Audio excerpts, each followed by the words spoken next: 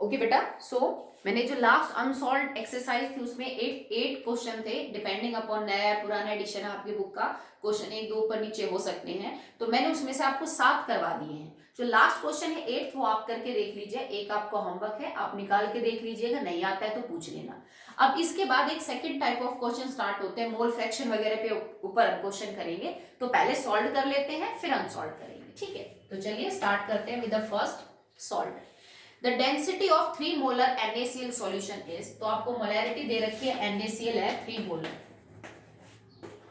Density is given solution की 1.25 ग्राम पर millilitre. Okay, calculate the molality of the solution. अब आपको मोलैलिटी निकालनी है।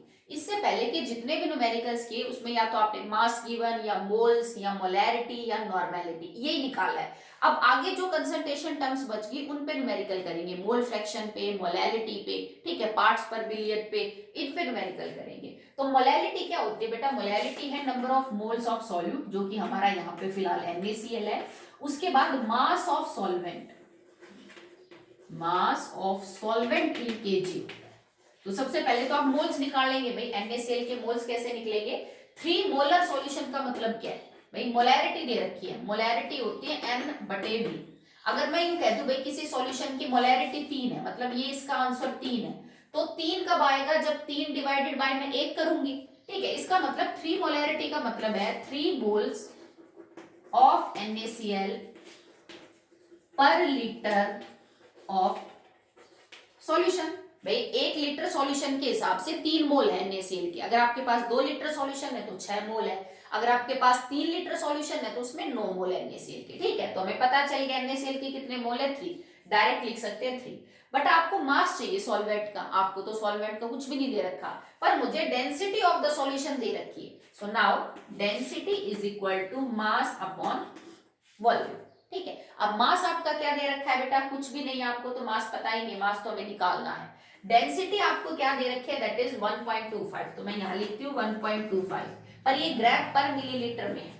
मास आपको निकालना है, पर वॉल्यूम हम क्या लेंगे बेटा? 1 लीटर। क्यों? क्योंकि हमने जो मोलैरिटी निकाली है ना वो पर लीटर है, 3 मोल 1 लीटर सॉल्यूशन में, तो सॉल्यूशन की वॉल्यूम हो गई 1 लीटर, पर डेंसिटी ग्राम पर मिलीलीटर में है, वॉल्यूम तुम ले लोगे लीटर में, तो यूनिट मैच नहीं करेंगी, तो मैं इसको भी मिलीलीटर में ले लेती हूँ, दैट इज 1000 मिलीलीटर। ये है ग्राम पर मिलीलीटर, तो आपका आंसर आ जाएगा ग्राम में। तो मेरा मास क्या आ गया? That will be equal to 1.25 multiply by 1000।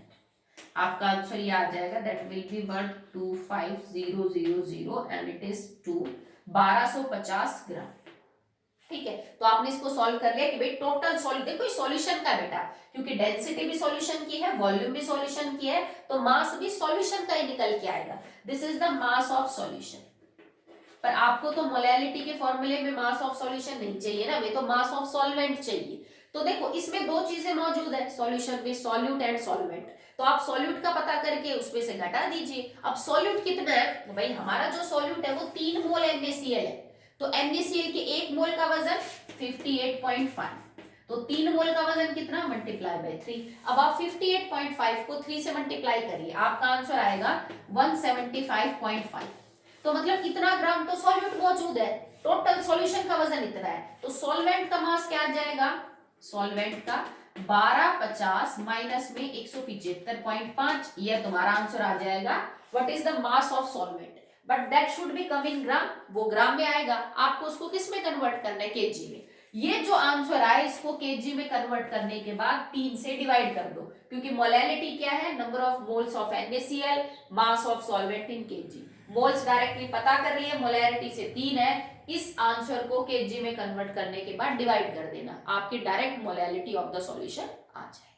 Okay, I hope आपको क्लियर है। नेक्स्ट देखिए बेटा, न्यूमेरिकल बड़े सिंपल है बेटा, देखो कुछ भी तो अलग नहीं पूछता, वही है, पर फॉर्मूला इंपॉर्टेंट है। अगर आपको फॉर्मूला आप गलत लिख देते हो, कुछ भी मतलब इसका वॉल्यूम की जगह मास, मास की जगह वॉल्यूम कर रहे हो, लीटर मिलीलीटर में कन्वर्जन नहीं किया आपने, तो फिर गलत ही होना है।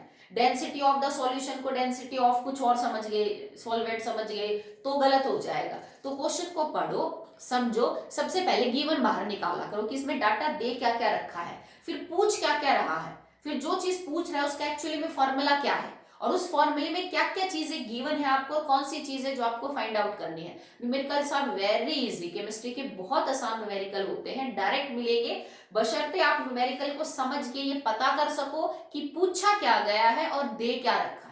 अगर आप यही नहीं पता कर पाए कि ये चीज तो मास गिवन ऑफ सॉल्यूट है, ये तो मान लीजिए मोलैरिटी ऑफ द सॉल्यूशन है, ये तो डेंसिटी ऑफ द सॉल्यूशन है, तो फिर तो बेटा कहां से न्यूमेरिकल अटेम्प्ट होगा।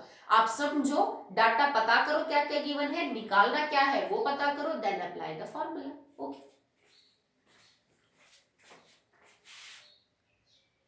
Numerical is that is based on the mole fraction. तो जो मोल फ्रैक्शन है उसके ऊपर अब न्यूमेरिकल करेंगे। कहता है calculate the mole fraction of ethylene glycol. आप इथाइलिन ग्लाइकोल का मोल फ्रैक्शन निकालिए, इसका मोल फ्रैक्शन निकालना है आपको, x ये पता करना है, दैट इज x C2H6O क्या होगा इफ एंड वाटर, आपको दोनों का पता करना है, पानी का भी मोल फ्रैक्शन। तो पानी एज ए सॉल्वेंट मौजूद है, ये सॉल्यूट है आपका, ठीक है, containing 20% of ethylene glycol by mass. और जो सॉल्यूशन है ना उसमें एक्चुअली में 20% बाय मास कौन प्रेजेंट है, इथाइलिन ग्लाइकोल।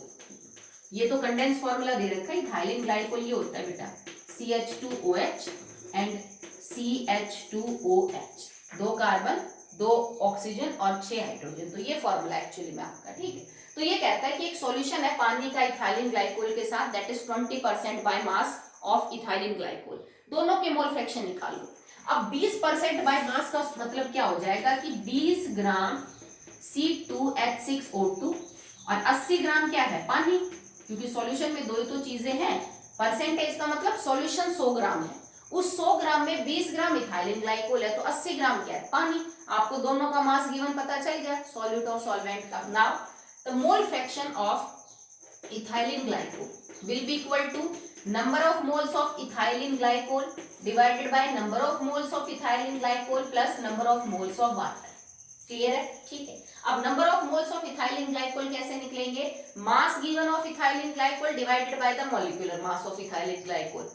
मॉलिक्यूलर मास निकाल लोगे, फॉर्मूला दे रखा है आपको, सबका ऐड करते जाना। तो आप नंबर ऑफ मोल्स निकालने के लिए क्या करेंगे, that will B 20 divided by molecular mass of ethylene glycol divided bye 20 divided by molecular mass of ethylene glycol, plus में मोल्स क्या हो जाएंगे पानी के, पानी का वजन कितना है 80, जबकि पानी का मॉलिक्यूलर मास कितना है 18, that will be the mole fraction of ethylene glycol. सब कुछ गिवन है, ये निकालना है। 20 बटे में मॉलिक्यूलर मास सबका जोड़ लोगे, 12 दूनी 24, 24 प्लस में 6, 6 प्लस में 16 दूनी 32, जोड़ लेना जो भी आपका आंसर आए, and I hope it comes out to be 62, ठीक है। तो आप जोड़ेंगे तो यहाँ 62 आ जाएगा, तो बटे में 62 बटे में 62, बस solve for this equation, simple है। अगर आपको पानी का निकालना है मोल फ्रैक्शन, तो हम पानी के मोल्स ऊपर रख देंगे, 80 बटे में 18 बटे में 80 प्लस बटे 18 और प्लस में 20 बटे में, बस है, बस आप डायरेक्ट नंबर ऑफ मोल्स जो है वो निकाल सकते हैं। नहीं तो दूसरी बात, आपको एक निकालने के बाद दूसरे को सॉल्व करने की भी जरूरत नहीं है। क्यों सॉल्व करने की जरूरत नहीं है, बिकॉज बाइनरी सॉल्यूशन में हमेशा जो x a plus x b है that always be equal to what, अगर आप एक का भी निकाल लेते हो तो दूसरे का 1 में से माइनस कर दो, आपको सेपरेटली दोनों का निकालने की जरूरत नहीं। ओके, चलिए नेक्स्ट देखिए बेटा,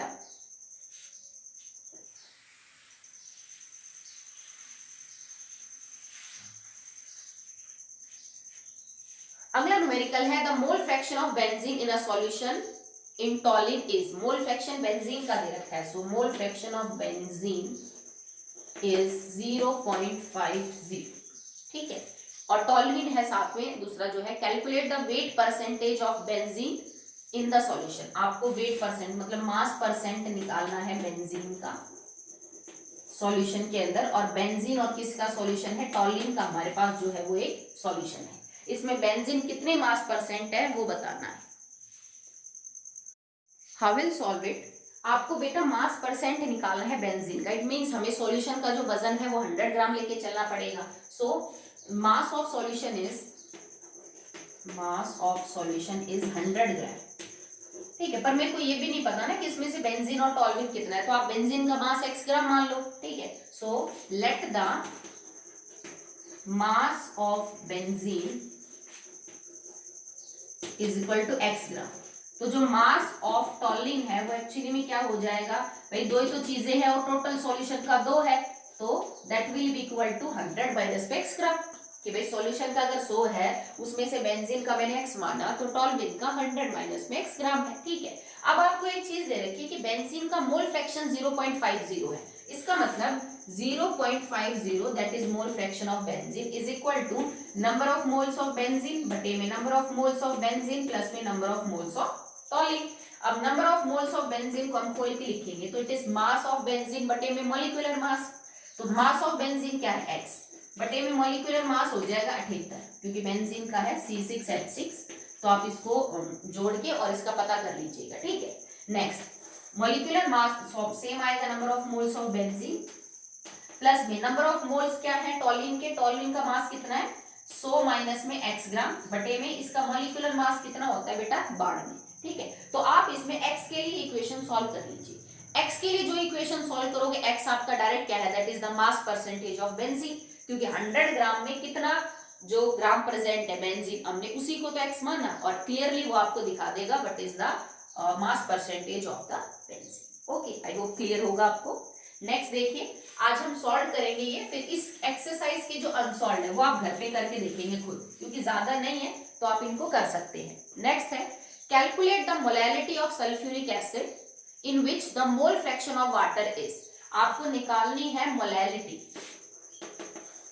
H2SO4 सॉल्यूशन की, जिसमें आपको मोल फ्रैक्शन पानी का दे रखा है, the mole fraction of water is 0.85 और आपको मोलैलिटी निकालनी है, इसका मतलब आपको कुछ भी नहीं दे रखा है। इतना जरूर है कि बिकॉज दो चीजें हैं सॉल्यूशन में वाटर एंड H2SO4, अगर वाटर का मोल फ्रैक्शन इतना है तो H2SO4 का जो मोल फ्रैक्शन है that will be equal to 1 minus में 0.85, क्योंकि बाइनरी सॉल्यूशन है तो हम यूज कर रहे हैं, and it is equal to 0.15। तो मुझे सॉल्यूट और सॉल्वेंट दोनों का जो है वो मोल फ्रैक्शन पता है, बट आपको बाकी कोई डाटा जो है वो नहीं पता है। तो आप इसको कैसे निकालेंगे? मोल फ्रैक्शन ऑफ H2SO4 एक्चुअली में किसके बराबर है?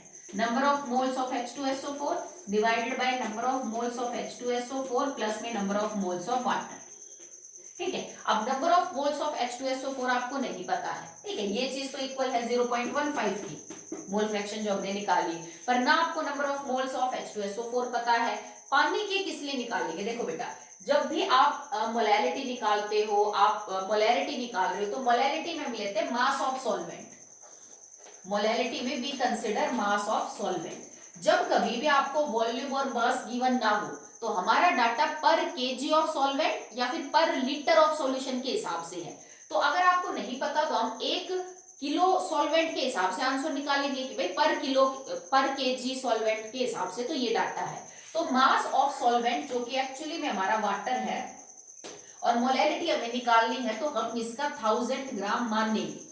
ठीक है, कि भाई 1000 ग्राम के हिसाब से जैसे आंसर निकालो। जैसे मान लो तुम्हें सरसों है तुम्हारे पास और तुम्हें सरसों बेचनी है, ठीक है, तो हम करते क्या भाई, तुम इसको बेच के आ जाओ, तुम पैसे ले आए, तो तुम्हें वो चीज समझानी है कि तुम ये भी कह सकते हो कि भाई सरसों का जो रेट है या जो बिकी है वो इतने किलो, इतने रुपए पर किलो है, या फिर इतने रुपए पर 10 केजी है, या यूं कह दो इतने रुपए पर क्विंटल है, मर्जी है ना आपकी। तो जब आपको कोई यूनिट ना मेंशन की गई हो तो हम स्टैंडर्ड यूनिट में रिप्रेजेंट करते हैं। तो आपको नहीं बता रखा ना कि पानी कितना ले रखा है, सॉल्वेंट का मास क्या है, तो हम अपने सॉल्यूशन को जो एक्सप्रेस करेंगे कंसंट्रेशन टर्म्स में वो पर केजी ऑफ सॉल्वेंट में एक्सप्रेस करेंगे। तो मतलब 100 ग्राम पानी, समझ रहे हो आप? ठीक है, बिकॉज वाटर की डेंसिटी 1 होती है। तो आप यहाँ पे लिख लेंगे number of moles of water में 1000 बटे में 18। क्यों? क्योंकि मास गिवन आपका पानी का आगे दैट इज 1000 और बटे 18 उसका मॉलिक्यूलर मास है। तो इस चीज को सॉल्व करने पे आपका आंसर आ जाएगा 55.55। ठीक है, अब चाहो तो आप इस इक्वेशन को सॉल्व कर सकते हो एज इट इज, थोड़ी लंबी पड़ जाएगी, no problem. But if your solution is very dilute, मतलब देखो मोल फ्रैक्शन H2SO4 का इतना है जबकि पानी का इतना है, बहुत पानी बहुत ज्यादा है, H2SO4 बहुत कम है, तो इसका मतलब your solution is very dilute. तो सॉल्यूशन अगर बहुत ज्यादा डाइल्यूट है तो हम इस टर्म को इग्नोर कर सकते हैं for our simple calculation, otherwise you can solve for it, exact आ जाएगा आपका आंसर, कोई दिक्कत नहीं है। But if solution is very dilute, जिसका अंदाजा हमें मोल फ्रैक्शन से हो रहा है कि मोल फ्रैक्शन पानी का बहुत ज्यादा और H2SO4 का बहुत कम है, तो ये जो डिनोमिनेटर में number of moles of H2SO4 है इसको इग्नोर किया जा सकता है, क्योंकि ये मोल्स वो देखो 55.55 ये मोल बहुत ज्यादा है एज कंपेयर टू जो H2SO4 के निकल के आएंगे, जो आप आगे जाके चेक भी करोगे कि तुम्हारे नंबर ऑफ मोल्स कितने निकले, तो उनका कंपैरिजन इनके सामने कुछ नहीं है। तो इग्नोर दिस टर्म, आपने ये टर्म इग्नोर करी, दैट इज 50.55 इधर दे रखा है, आपके डायरेक्ट निकल जाएंगे what is the number of moles of H2SO4। और जब तुम इसको सॉल्व करोगे तो number of moles of H2SO4 निकल के आएंगे, दैट विल बी 9.8। तो देखो 55.5 के सामने 9.8 को तो इग्नोर किया जा सकता है for our simple calculation, otherwise आप इसको अच्छे से प्रोसीड भी कर सकते हैं। अब तुमसे पूछा क्या था, मोलैलिटी। भाई मोलैलिटी क्या होती है, नंबर ऑफ मोल्स बटे में मास ऑफ सॉल्वेंट इन केजी। मैंने नंबर ऑफ मोल्स निकाल लिए, तो मोलैलिटी के लिए नंबर ऑफ मोल्स है 9.8, पर हमने मास ऑफ सॉल्वेंट तो 1000 ग्राम माना था कैलकुलेशन के लिए, क्योंकि वजन तो दे ही नहीं रखा था, तो डिवाइडेड बाय 1000 ग्राम, या इसको मैं 1 kg लिख सकती हूँ, ठीक है। तो मोलैलिटी भी क्या आ जाएगी, दैट विल बी 9.8, क्योंकि 1 kg से भाग करेंगे 9.1 divided by 8, sorry 9.8 divided by 1, the answer will be 9.8। Okay, so एक दो सॉल्व मैंने आपके लिए छोटे, इसके अंदर शायद 2 सॉल्व बचते हैं, वो आप खुद कर लीजिएगा घर पे, एक पीछे अनसॉल्व छोड़ा है, और इसके बाद जो एक्सरसाइज है उसमें 5-6 क्वेश्चन दे रखे हैं इसी टाइप के हैं, उनको सॉल्व करने की कोशिश करिएगा। मैं अगली वीडियो में जो अनसॉल्व बच गए उनमें कोई अगर डिफिकल्ट लगेगा मेरे को तो मैं उसको सॉल्व करवाऊंगी, ठीक है। That's all for the debate.